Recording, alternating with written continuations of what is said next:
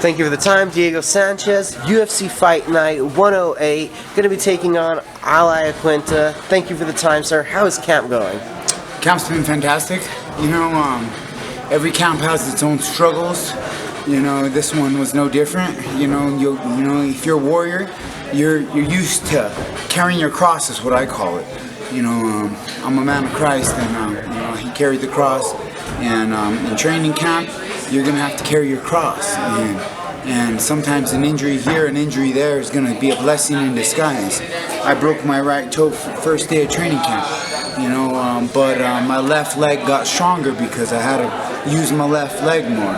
I had a bruised rib, that caused me to change a lot of positions. If I wouldn't have had that bruised rib, I wouldn't have changed a lot of positions. So, camp's been great. I'm healthy going into the fight. I'm in the best shape of my life, and I'm ready for the 37th pro fight and the debut of the Lionheart. For you, you've had, again, so many fights. Does it matter? Is there a different feeling for you coming off of a win, coming off of a loss? We know you're coming off of the win, overheld. Is there a different feeling, though, leading into a fight, or you've done this so many times, there's just still that same amped upness because there's a fight approaching? You know what? I've always been pretty much a fearless warrior, just because I fight every fight like it's my last, and I'm a hard worker. I go out there and try to earn it. That's it. In my mindset, it's not about the hype. It's not about what anybody tells you. It's just about earning it. And the mindset of a fighter, for me is earn it, earn the victory. If you earn it, then they can't take it from you. So if I put in double the hard work, double the recovery, I'm going to be double the man. And so that's what I always put into my training camps. And Al said that I'm crazy and that I don't even know how to get tired. That I'm just and he's ready for it. And Al, I'm sure he's coming at his best, and I'm excited for the fight with Al. I thank him for giving me this great opportunity. He's coming off a 4-fight win streak.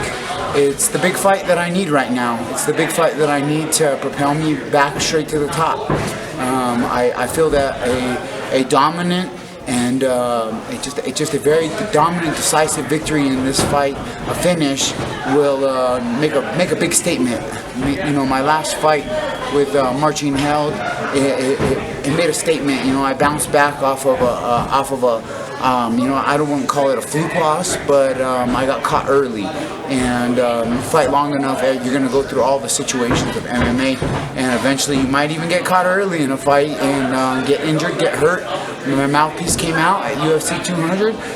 Joe Lozon was fresh and was able to keep the pressure on me, and the ref did a good job of stopping it. I wasn't unconscious, but I didn't have to take any more damage, and I was happy that the referee Smith did a good job and stopped the fight. But the Marching Held fight, it definitely proved dominance, and I went in there, I dominated him. I put the pressure on the stand-up.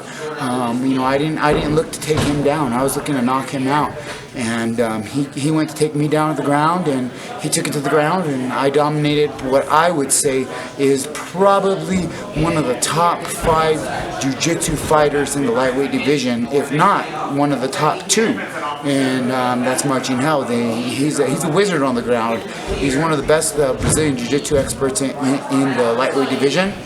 And he proved it in his next fight, dominating Joe Lozon.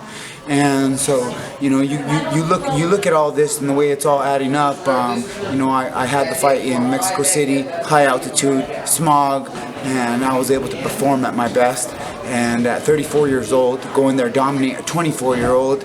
So I'm fresh. I'm ready. I have all my experience going into this fight. I have a fresh mind, a fresh body, and the people who ask me all the time, how do you do it? How do you do it? I say, well, I believe first of all that God put me here on this planet to do it. So that first belief is really, really strong. I believe that my body's made for this, my mind's made for this, and my spirit's made for this. And so with that, it's also doing my part. I do my part. I did the 10 plus years of yoga. You know what I mean? I have the best doctor upstairs in my gym, always taking care of me. I have a massage therapist that comes to my house 3 times a week. I have, I do always above and beyond what everybody else. You always see me with a new gadget. You know what I mean? I always got some type of gadget, whether it's this or that or this or that. I got my 3-gallon to 5-gallon jug of alkaline water that I'm pounding every single day.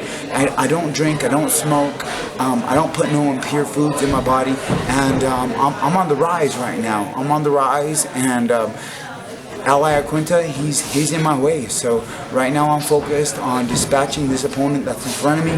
They think I'm older, they think I'm weaker, they think I'm slower, but they're wrong, because I'm stronger than I've ever been, I'm faster than I've ever been, and I'm wiser than I've ever been, and I'm coming for the victory. And on a last note, because you've hit almost all the points that we could ask, tell us about this camp and the debut of the Lionheart. This camp has been something real special to me. My number, has always been 3 and 7 have always been my 2 numbers, and 37 has been a special number to me my whole life, and turns out this is my 37th pro fight, and so it's just something special, and the Lionheart was something that I went through a very deep experience. I'd have to get more deep into it, but I had a heart injury at the beginning of this training camp, and one of my valves or something was off, and it's a deep story, but I really truly believe that I received a miracle, and during that time I felt that God told me, Diego, your nickname should define you as a fighter, and and I said, wow, nightmare, I've always been the nightmare in there for my opponents, but no, it should define you as a fighter. And so I said, all right, what defines me as a fighter? And I went in my mind, I went through every fight in my mind, and what defines me as a fighter is my heart. And I said, oh, Diego Heart Sanchez, no, Diego Corazon Sanchez, no, that's not it. And I said, that's when it came. The Mexicans in Mexico, they always call me Corazon de Leon. We love you because you have the Corazon de Leon. You have a real heart of a lion in you. They always tell me that when I go down to Mexico. And I thought about it. And I watched all my fights, and I watched the Gilbert Melendez fight, I watched the Martin Kampmann fight, I watched the Jake Ellenberger fight. I watched these fights where even when I was down and out, the heart of the lion was inside of me, and I refused to back down. I refused to quit. And so that's when God told me, hey Diego, can you inspire millions to be nightmares? And I said, no, not really.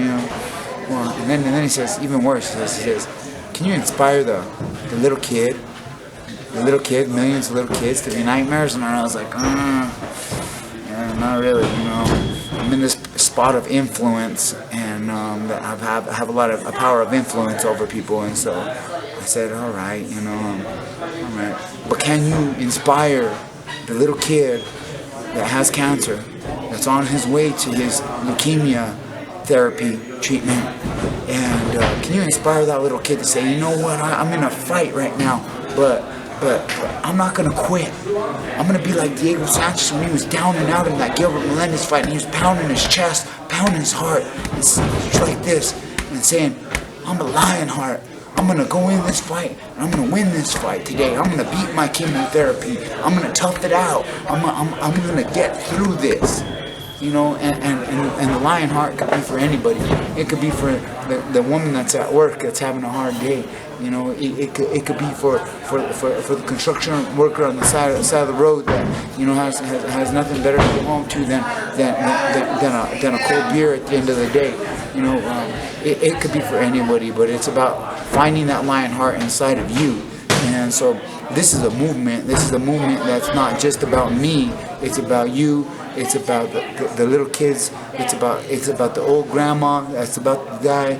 It's about anybody. It's about finding that Lionheart, because everybody has a Lionheart inside of them, but you have to find it and pull it out of you.